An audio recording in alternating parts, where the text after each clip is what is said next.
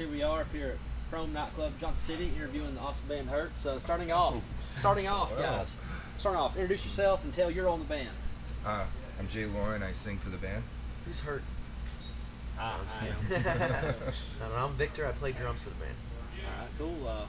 Well, it was awesome interviewing you guys. Hope you guys have a good day. We will have a good day as long as some people show up tonight. Every time I've been in Johnson City, it's been a pretty awesome time. So, the thing I remember most is people in Tennessee can sing. Yeah. Like, all of them. That is definitely true. So when I ask them to sing a part, it actually sounds good. And believe me, that's not the way all around the country. There's a lot of places where I regret that decision immediately after making it.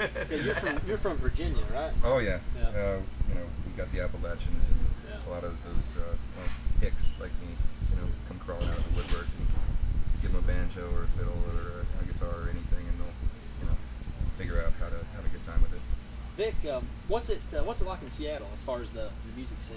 Oh, it's very diverse, and it's because of a lot of reasons. One, because everybody knows it to be a music mecca, so tons of people from all over the country come there thinking, I'm going to be the next big thing here. It's also because it's a port city, so there's a lot of people from all around the world that come there. You can meet anybody from just about any country in the world there, and they bring their musical influence, so it's diverse. Any kind of style of music you want to listen to, you can hear. One question: what's with the bums? I mean, if you picked a place where you want to hole up and be a bum, why would you pick the rainiest city? I don't know, but I'll tell you this. Since I was a kid and all the way until now, which they've made it more illegal now to beg on the streets, but back when I was a kid, there were people making tens of thousands of dollars a year begging. And I would see people go behind a building, change out of their bum clothes into their nice clothes, and that was their daily job. It's kind of the opposite of Superman. You could say that, only ripping people off instead of saving them. Right. Yeah. It's like the crappy Robin Hood. Yeah, the exact. I want to ask you guys kind of if it's all right with you, I want to move kind of more towards the more personal, some more personal questions. Just kind of putting you on the spot here. What is your perspective? What is your perspective of reality? Just straight simple. What is it? Go ahead, start that one. Well, all I know is, what I believe to be real is something that I perceive. So whether or not it's real, I don't know for sure, but I have no other viewpoint in life, no other frame of reference. I'm not really sure that time is real at all. I never have been able to figure out what we are, and especially in times of trouble, you do tend to sit and think about various issues that are around your mortality, your whole sense of being. But that's why it's called the eternal question, and there is no eternal answer. Well, it's so important too, I think, to clarify that nobody's right. Nobody can prove their point. So I think that reality is really what you believe it is. But I also believe that my perspective on reality is all about balance. What you put in, you get back. You could call that karma. That's one word that a lot of people use, but I don't like to put a word to it. But to me, reality is everything about what you make of it, meaning that whatever you put into your immediate surroundings and in your life and in your situation is exactly what you're going to get back. And that doesn't always happen on an immediate basis. More or less, you're saying you are in control of your future. You're in control of people are more in control of their immediate surroundings and the things that are happening in their life than they realize. Yeah. Do you think it's because they're wanting to put it off onto someone else's hands or whatever? Or do you think Absolutely. it's from saying... I think it's for a large variety of reasons. I think perhaps, in very rare cases, a misfortune causes a pathology in their minds, and they can't seem to get out of the rut. Perhaps pretty much they are a series of negative affirmations. Right. If you have a series of positive affirmations and affirming your life in a positive direction, then you're 100% more likely to succeed. But at the same time, if all you get is positive affirmations, and you really think that everything that you do is perfect, then that doesn't really further you, because you're just living in this utopia that's not correct. Which comes into what you're saying about the balance. You can't be all knowing. We can't be all knowing. Can't be all knowing. Well, the goal is to try to achieve that. It's kind of like in music. When you're learning a piece. Say when I was in college and I was learning a very hard orchestral piece, you're always striving to play it perfect. Okay. You're never actually going to. You will never play that piece from beginning to end perfect. But it's the process of striving to get to that point that makes you better and makes you, going back now to the existential conversation, makes you more enlightened. And that to me, enlightenment is defined as all-knowing, is to understand all phenomena. but you'll never actually get to that point. But the process of trying to get there teaches you a lot. Yeah, I mean, tell me how many perfect rounds of golf people have played. So after that, there are infinitely more movements in a piece of music than strokes on a golf course. So thinking that you're actually going to get there is not really feasible, but at the same time, it's the struggle. And lately, I've just been saying to myself, and I don't know why, I don't even know if it's someone else's phrase, but ours is to try. And we wrote Fighting Tao kind of about that. It's you kind of go back and forth between complacency and acceptance, and then that fury, that fight to survive. And I'm not sure that either one of those is something that should be fully embraced. And that was something in the first time in my life. I was normally a very black or white person, very driven, let's just put it that way. And the crux was kind of having to deal with not being more considerate, but being paralyzed by the analysis of something when you're trying to get to the core. It was like trying to find that gray area when it really wasn't a gray area. And you're just finding the center, and every time the center gets smaller and the problems get deeper. And everybody's going to be faced with that. And I know two things. I know that no one who is alive or has been able to tell you about dying has ever died. Oh yeah, because our definition of death is pretty immutable. Yeah. And I also know that you cannot have a perfect paradox, which is a thing cannot know itself. Like there's a quote, my favorite author, Stuart Wilde, he says that he's a good one. You know Stuart Wilde? Yes. In his book, I believe it's which is it either Affirmations? No, it wasn't that one. Anyway, the quote says, perfection is only exists in the mind. It's not real. And when you think about it, perfection is the ability to be content with compromise. That's exactly true. Yeah. That's exactly true. Well, I guess let's talk about Stuart Wilde then. Well, I don't know that much about him. But you're aware of the name. I'm aware of him. And talking about Buddhism, Stuart Wilde talks about it in his book Silent Power, talks about the action of Wu Wei, which is action through non-action. It's like talking about not striving, not trying to struggle to get to your goal, but let your goal attract you, which is pretty much the laws of attraction. And so how did you all attract to where you are today in life? How did you attract that? I made it happen. I did not sit and wait for it. You know how I was talking in a negative light about those bums in Seattle? Although I do respect, say, the practices of Taoism and Buddhism, some people can go too far with things, and if you expect somebody to feed you with a bowl of rice, I'm not down with that. Maybe you are. That's okay. No, I mean I know the story you're talking about is when the Buddha was meditating under the Bodhi tree for years and years and years. The only thing that awoke him was when a little girl came up to him with a bowl of rice to feed him. But I totally agree with you. Like, it's one thing to have that event happen, but we are where we are at because of decisions that we've made and choices that we've made. I'm in hurt not because it came my way. Oh, it definitely didn't come his way. He contacted several people and then contacted me, and I was very curious as to how he did it. He was tenacious about it. It's actually kind of an interesting story. What were you doing before then? I was actually a therapist. I had just gotten my license a little bit less than a year prior to when I'd heard about it. Okay. I didn't have much time to actually practice before I joined the band, so he fits perfectly in with the crazies in this band. Yeah, I brought like a sense of communication and also a little bit of dysfunctionality, because I do believe that anybody that works in behavioral health has a little bit of behavioral health problems themselves, and that's what makes them good at what they do. But perhaps I should become a serial killer analyst. You're already a sociopath. By a therapist, what do you mean? Like, what specifically do you mean therapist? I did group therapy, a lot based off of understanding your illness, understanding your medications, social mechanisms, coping skills, and also drug addiction, because a lot of behavioral illness runs hand in hand with drug addiction. Not all, but a lot of it does. Things like that. Even classes on STDs, because with drug abuse usually comes higher risk sex acts, So pretty much anything that you could label under behavioral health, I was giving groups on. Okay. I couldn't prescribe anything. I was a therapist. I wasn't a psychiatrist. I was a therapist that was how many guys. I guess you'd say therapy sessions that you do? Oh, I would do 2 or 3 groups a day, different groups of people, and then I guess you could call it a curriculum where I had a 14-day curriculum where from day to day each group would learn a new subject that kind of related to the previous subject. I would usually start with social mechanisms and understanding like thinking errors, Thinking errors are about how you play out a scenario in your head before it happens. So you think that this person's mad at you before you've actually talked to them. Yeah. You know, that's a thinking error. Okay. So like errors in logic or errors in all of it.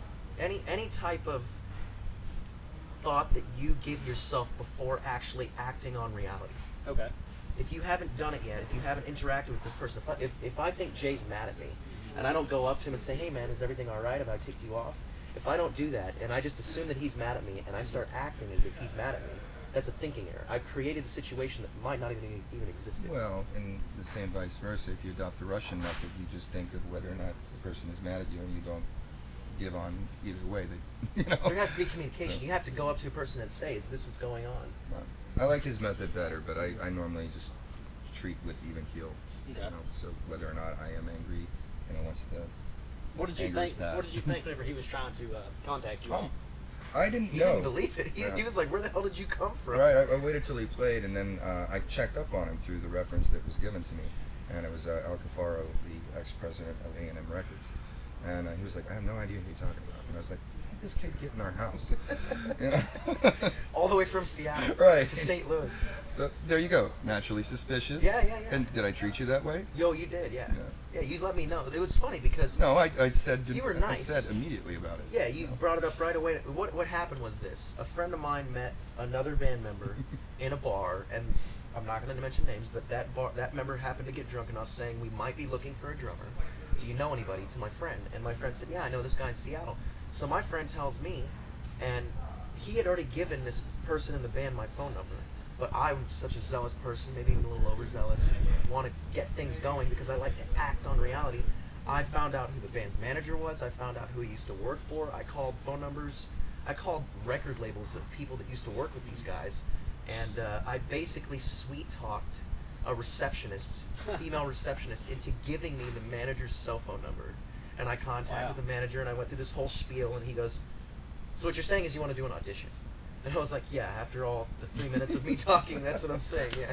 So then he hears God bless Tom. Yeah. listen. He's probably typing something and watching TV, watching some James Bond at the time. He's like, oh, gotcha. So, but that's what it was. These people that I'd contacted to try to get through the woodworks to get to the band, he had heard that they had referenced me, but that's not what happened. It was just me contacting random people.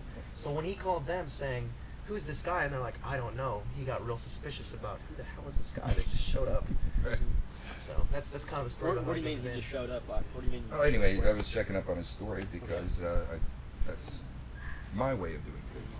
So I was just saying what his basically what his intuition was, what he came in expecting, and you know what I'm looking out for. Yeah, how did you come across that? You know, you had to be cool with us that we played, and then I asked him what his intentions were. You know, because I said your story doesn't check out. Well, it wasn't my story though. That was the thing. It was a story from somebody else, and I had to clarify. I was like, no, dude, I just called a whole bunch of numbers trying to get a hold of you guys. We smoothed it over pretty fast. Yeah, it was good. It was good. Well, you know, obviously we hate each other, and we can't. Obviously. Oh, we got a question. Yeah. From one of our fans that you read earlier about Rec doing the Call Me No One. Yeah. Oh, yeah. Did he hate the members of Hurt? Well, he's out on the road with us right now, so I'm sure when he does hate us, it's only momentary. Well, and the question was, does Rec work with other groups, and when he does that affect Hurt? And does he hate Hurt now? Is that why, like as a joke, does he hate Hurt now? Is that why he's not doing this? And do we have fill-ins and stuff like that? That was the question. No, you know, we're kind of mutual fans of Seven Dust and Hurt. I was hearing ever since Volume 1 that, you know, they liked my music and I love the music. And when Rec gets a chance to play with Morgan and Clint, and they want him to come play bass, we were down at the time, and he was like, "Is this cool?" And I was like, "Yeah, it's great, man. Go out and do it." And then a radio festival came up in the middle of that, so we had to grab a fill-in, and he did a good job. So. Yeah, it's a friend of mine from a band that I played in high school, and he's always just been a good person, a hard worker. He's not like an alcoholic or anything like that, like most of us are. So, not pointing any fingers or anything. But he's a great bass player, and back on the topic of Rec, I think that when I first joined the band, Jay told me, he's like, yeah man, do whatever you got to do to get work, and promote your name and get your name out there. Just let the band know ahead of time. Make sure it doesn't conflict with her schedule. But in my eyes, honestly, the only person that a band, especially a band like Hurt, just cannot live without on a permanent basis is Jay, because he's the primary songwriter, or I should say originally was the primary wrong-sider and lyricist, and that's where the band started. But when it comes to like Hurt off time, I think it would be pretty hard to put Jay's voice in another band, but it's not very hard to put me write drums for another band, or for Rec to play bass for another band. And I think it encourages learning. If I play with another group, I'm learning from other guys, as well as it really promotes us. If Rec plays with the drummer and guitar player of Seven Dust, that just gives us more promotion, you know. And specifically speaking, though, that was Lori Haynes that asked that question. She's emailed me about it. But it's my understanding that Rec still he still uses the strap that she made for him. Yeah. Correct. Yeah. Thank you, Lori Beth. Yeah. And the drumsticks. I haven't used them. I don't know if I can use them. I think that they're so nice. I just want to keep them. Yeah, when I'm off the road, I don't have the same abilities that they do to go out and do things, because I am kind of the figurehead of Hurt. At the same time, I do track violin for people, to make ends meet, and I write songs for people, and they're usually this kind of songs that you like to hear on the radio, not ones that I like to do for myself, because they don't really mean much to me. Yeah. But I have the ability to do that, so I do that. And the only thing I've been able to do as far as side project work was with my guitarist. So we have Arcos Angel, and that should be coming out eventually as soon as he's done with it. All of you guys need to check out this project. It's awesome music. Yeah, it's it started as a brainchild of Michael's, and obviously since I think the world of the guy, I tried to hook him up with all kinds of singers from around the world, famous ones, and they all did the same. Yeah, sounds cool. Let me do it. Yeah, and they never came through. And I said, well, F this, man. I'm gonna come and I finished Point Fest, which was in his home city. I said, if you cook me dinner, I'll write you a song on top of what he's already got. And I worked all night long and wrote, well, yeah, but he cooks dinner really well. You got to try it. Yeah. But Is he cooking for us tonight or what? Not tonight. You see a kitchen? Yeah. Yeah, maybe. Yeah. We're up in the VIP area. Yeah. No, You get the kitchen here, maybe. Yeah. All right. Well, Yep. you guys have anything else you want to add to it? No, I thank you think for we're listening, good. man. That was actually a pretty good interview. I like the questions, man. Existential I'm talk. not trying to brag or anything. Appreciate it. Yeah. If you guys have anything else to add to it, I do. Yeah. As wonderfully qualified as Vic is to answer questions about your stability and mental health, I typically get the questions from people who are in a really bad spot, and it's not flippant, but after I really, really think through, usually a very well voiced question, I say, "Damn you, Shakespeare," because he's got the answer for it. To thine own self be true. Whatever it is that's bothering you, if you sit there and you think about it, and you distill it down enough, that's going to be your answer. And I can tell you this: if you don't like the situation you're in, you need to change it. Just change it. You don't absolutely have other people to help you at all times. The only thing you can count on is that you need to change whatever it is that's bothering you. I think a quote that walks hand in hand with that is change starts from within. You can never plan on, things around you might change, but you can't plan on it. You have to start all change from within. Even if you're mad at someone else, if you can initiate the change from here, even if it's just with your interaction with that person or with that scenario, you're more likely to have an end result that you're satisfied with. it's like I think Confucius said, it's like it doesn't matter whether you think that you can or you can't. You're right.